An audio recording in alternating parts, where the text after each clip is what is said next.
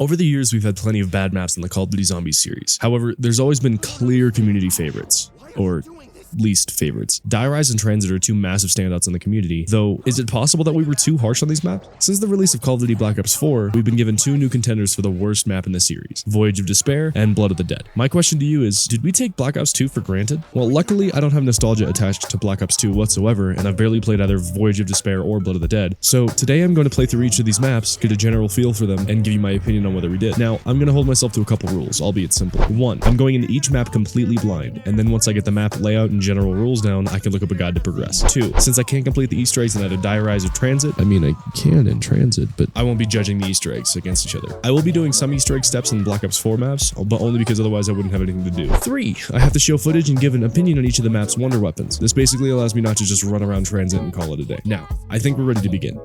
Die Rise. Die Rise is Victus' second scene excursion introduced in Black Ops 2. The crew is sent to these partially collapsed skyscrapers in Shanghai, China in order to reactivate this radio tower.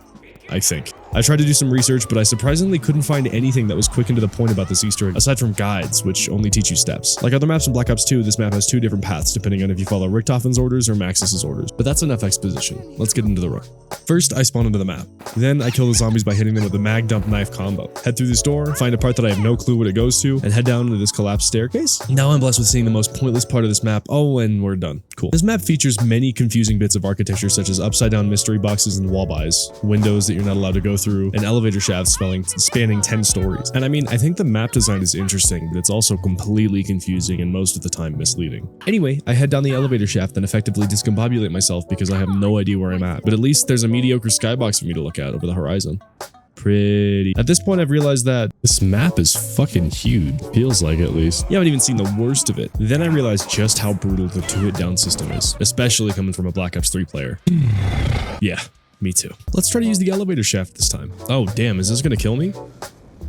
Initially, I thought that killed you just immediately. Okay, I guess not. Now we're in a completely new area? Where the fuck am I now? I don't know. Can you let me talk, please? Anyway, I think we're— Oh, okay, there's power. Okay, let's let me do the talking, okay? Okay, Past Dan? Thanks. I find these handful of parts over here by this random couch and TV, and then I get them all into a pile like a neat boy. I head down the stairs and I find a workbench that accepts my parts. It seems like I found this liquefier. Okay, that is this liquefier. I get all the parts over to the bench and finally get this liquefier in hand. Fucking bozo. What a fucking idiot.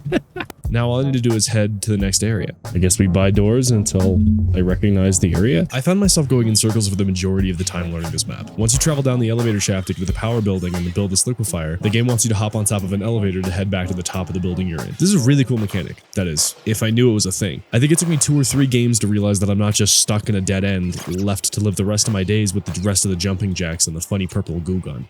So many doors, dude. Like, why even is there a door right here? I can get to both sides. This might take me somewhere interesting. Does the game detect that I'm standing on this? And is it going to crush me into the ceiling? Okay. After deciding to try standing on an elevator for more than 0.45 seconds because my attention span is worse than, oh hey look, a squirrel. This map feels fucking massive. After running around for a while, an elevator pops up next to me and somehow I've stumbled across the Pack-a-Punch. Oh, hi. Unfortunately, this knowledge has doomed me and it means that I must perish. Damn, really? Attempts number 3 is where I decided to look up a guide. Here I found that there are trample steam parts in this spawn room. Look at him go having fun with the parts. And if I get the trample steam, I can use it to kill the jumping jacks round 5 to get a free perk. That is, if I could survive that long. Let's try that again, but by quick revive this time. Now surely if I die early I'll be okay, right? Okay, but you still have the run, right? Awesome. Try again. Drop all the parts on this sledge, finally build the trample steam. However, this time I get cornered and now I'm really starting to realize how brutal a 2-hit down really is. Try to load back in, but oh great, more server issues. This time when we inevitably die trying to build the trample steam, a green burst of light appears. Oh no. Did I get perma Juggernog? Does the game feel so bad for me that I'm just dog shit at this game? Oh god, the comments. I can't imagine. I have a 4-hit down now? The game thinks I'm dog shit. Fuck. At least you're gonna have a much harder time fucking everything up. Are you fucking serious? Okay. At least I'm not getting the trample steam this run. Just head to the rest of the map. So bad at this game. Jesus, dude, it's so hard to make excuses for you. If walking backwards wasn't so slow in this game, I think I'd be a lot better at it. You think walking backwards slow is what's killing you? Okay, dude. Unfortunately, due to my conditioning to not buy a weapon until like round 9 or some shit for Black Ops 3, I think it's a good idea to knife zombies to get points when I don't have ammo. In Black Ops 2, that's not usually a good idea. Their range is longer than mine. So to prepare for this 1,000 point door, oh, fucking 1,000? Are you high? I get all my parts up to the next staircase, then hope that this trample steam will give me points or save me or do something. Can I get points for this at least? Are they gonna break it? No, I don't get point. Or not. Back to knifing myself into a corner for points and what? Oh my god. Holy shit, he clutched it. Now we can actually build the liquefier and deal with the first round of jumping jacks.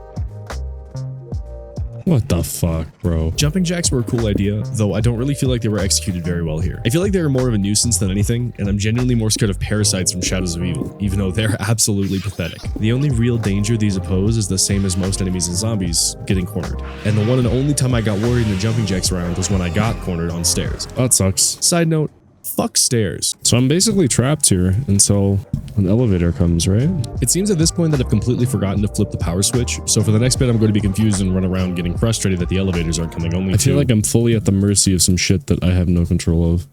Okay, well I've purchased this entire fucking area. Oh my fucking god, I didn't. No fucking shit then. I'm blown away. No wonder it wasn't fucking working. Okay, I've not been up here yet. Dude, this map is fucking huge. Now I'm on top of the power building. I explore a bit and find an elevator with Jug in it, though it seems like a dead end. Since at the time of recording, I didn't know about the broken off corner that I could have dropped down. I started to panic and try and figure out how to get down, and then I waited for the elevator. I hopped in and hoped to be let down like a beautiful princess. It crushed me against the ceiling. No warning, no second chance, just death. Really? Fantastic. I'm not sure if these are set to be moved at random or if I'm just completely horrible at recognizing patterns, but god, these elevators piss me off. And you know, speaking of dead ends, there are plenty of points while progressing in this map that I found myself completely blocked from going back to the rest of the map. Meaning, this game wanted me to go all the way around everything there is to see just to get back to the spawn room. Once I drop down from the main starter room, I can't get back to Cook Revive at the trample steam table. Then, once I go down to the elevator shaft, I can't get back up to the possible box locations. Then, once I go to the power building, I can't go back in the upside down temple looking thing. Basically, at every turn, I feel like I'm left to hope that there wasn't anything else that I needed before I left, because at that point it didn't matter anymore. After all that, I decided that it's a good idea to try to get the free perk from not using bullets on the jumping jacks. I've since learned that it's about accuracy and not anything to do with whether you shoot bullets or not. Whatever though. Now that I have a perk, I decided that it's not a bad idea to get some other perks on top of it. Then I remembered that Who's Who exists, and who's who? Oh, who's who? It's entirely possible that I don't fully understand how this perk works, but in my one experience with it, it sucked. I was told that I'd be giving the opportunity to revive myself after being down by being respawned seemingly as another person and finding my own body bleeding out on the floor. This absolutely didn't happen. Instead, I just respawned with no guns. This was great. I loved that this happened. So wait, am I up? Did it just respawn me without all of my shit? Are you... Okay. Now it's a good time to mention how buggy the game's floor mesh is. I definitely got items lost in the floor more times than thought possible, or in the entirety of Black Ops 2. Multiple parts in both Transit and Die Rise got completely lost in the floor when trying to bring them to wherever they were supposed to go. And there's seemingly no way to get them back out of the ground. Once it's gone, it's gone. I've been told about how bad this liquefier is by a good amount of people in the community, but I honestly have to disagree. Well, to an extent. It's a good gun if you're standing completely still and you're in an enclosed room. Luckily, I never had to experience sliding myself to an imminent doom due to an unfortunately placed perp goop, but I did, however, have to experience being blocked from making my way up an approximately 1.2 degree incline on multiple occasions. Stairs with this thing are absolutely horrifying, though it's okay because look at this goofball slip, Lamau. Overall, I don't think this is the worst map ever to graze zombies. I don't think a lot of the concepts were well thought out in perspective to the rest of the maps we have access to, but the concept and the gimmicks are definitely worth giving a go. Only if you're willing to overlook some of the glaring issues though. Blood of the Dead. Blood of the Dead is Primus' Richtofen's final map. Upon arriving, a second Primus Richtofen shows him that the chronorium has changed and the prophecy has now become all about his blood. The entire goal of the map is to sacrifice the Richtofen that we've been with this whole time, then wipe away any memory of him moving forward. It takes place on the familiar Alcatraz Island, where we previously saw the S-tier map Mob of the Dead, where 4 gangsters break free from jail and fly to the Golden Gate Bridge on a makeshift plane. First, I spawn into the map.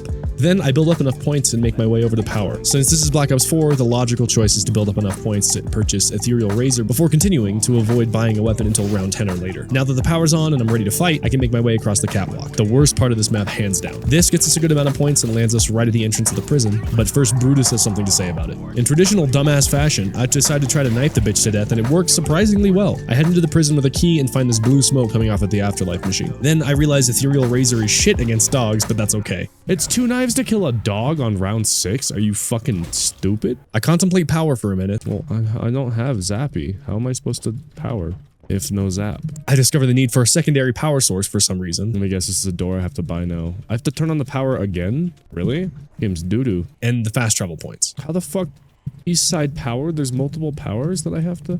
How do I give things power? There's no afterlife, I don't think, and I'm not gonna down myself to find out. I run down the Citadel tunnels to look for the power and enter the power room, but unfortunately I'm completely blind and can't find the switch that I'm less than 2 feet away from. I head up all the way to where Pack-a-Punch is and where the plane used to be before giving up and filling up one of the dogs. Not like that, you perp. Another warden spawns, and I don't know if I'm just doing this wrong or if the warden is especially unaffected by specialist weapons, but god, this took a while. I head back to the power room and finally find the power switch, only to spawn another warden. Jeez, this game is just going crazy with wardens right now. I get trapped in a corner and like insta-down / revive. I don't know what happened there, but I get out of it, sadly losing a revive. Okay, are you fucking serious? I suddenly get a genius idea to use bullets. And they work! I take my newly found technological advancement that I'm going to be calling shooty duties and fill the next dog in hopes to get Hell's Retriever, though I run out of ammo. And then I realize that grenades are a little OP in this game. What was that, 30 kills with 1 grenade? I get around to building the shield and notice that they moved one of the dog locations.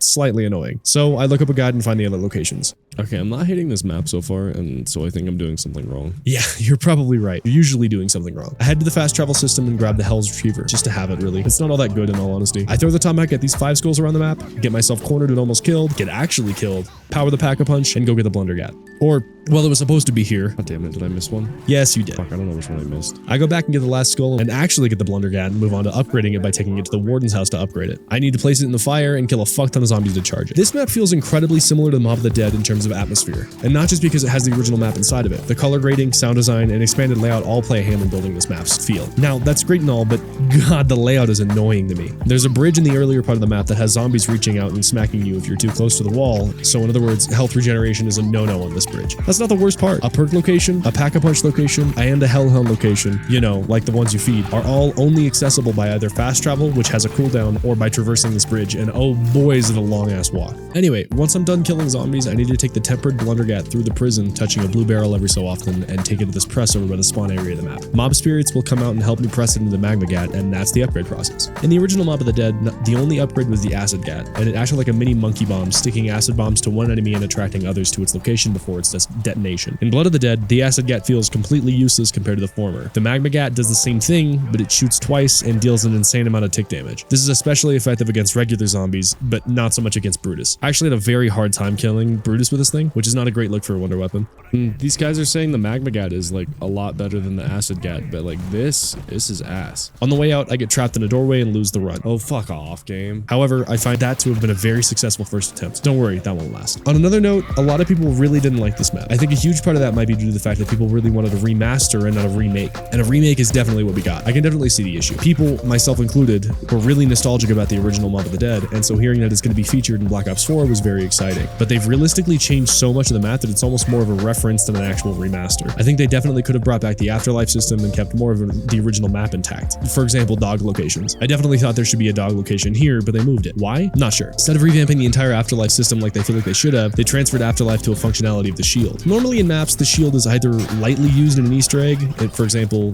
Gorod Krovi, or not at all used in the Easter egg, for example, the rest of the maps in Black Ops 3. Requiring the shield for the majority of the map, let alone the Easter egg, makes for a really frustrating time of running back to grab the shield every couple seconds. Now, the original map is pretty decent sized, right? Well, in this map, they've effectively doubled the map size and added fast travel. This goes against the traditional feel of other zombies maps, making it feel almost like an MMORPG with cities and fast travels. If Treyarch really wanted to make a single-player story-based experience, I think they should have just done that. The travel time to get literally anywhere on this map is just insane, and I'm noticing that this is a very common theme between these shit tier maps. Anyway, you've seen me die in quite a few attempts, but now I'm back to where I was. I decided to try and get the spoon by checking this code in the warden's office, input it at the bottom of the Citadel tunnels, then power this and throw my tomahawk at it. At this point, I decided to at least try the Acid Gat because I'm not having the best time with the Magma Gat as it stands. And I hit a pap and quickly decided that I hate the Vitrolic Withering. I changed the ammo type back to Magma using the press from earlier, and then I placed this spoon in the bathtub and head to the roof to get kills to upgrade it to the Golden Spork. After enough kills with the Magma Gat, I can come back into the building and drain the tub. My mistake here was assuming that I already had the Spork instead of needing to drain the tub first and then grabbing the Spork after. Since I thought I had the Spork, I tried to scratch up this wall for the Easter egg step, and it didn't work.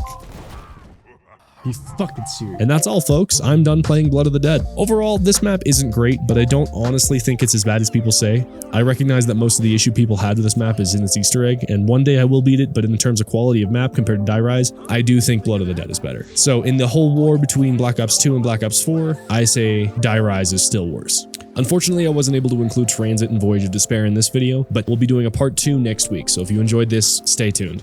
And hey, that's it from me. But if you like the video, feel free to follow. I do stuff like this every Saturday. And I'd like to take a moment to thank some of my Discord subscribers. This system works very similar to Patreon, where you can get exclusive content and also support the channel. If you're interested in joining, feel free to click the link in the description to join the Discord and check out some of the tiers. Special thank you to TrickShotTor, who once fought a bear with his bare hands. Luckily, he won, but only because the stuffing started falling out. That's it for me. See ya.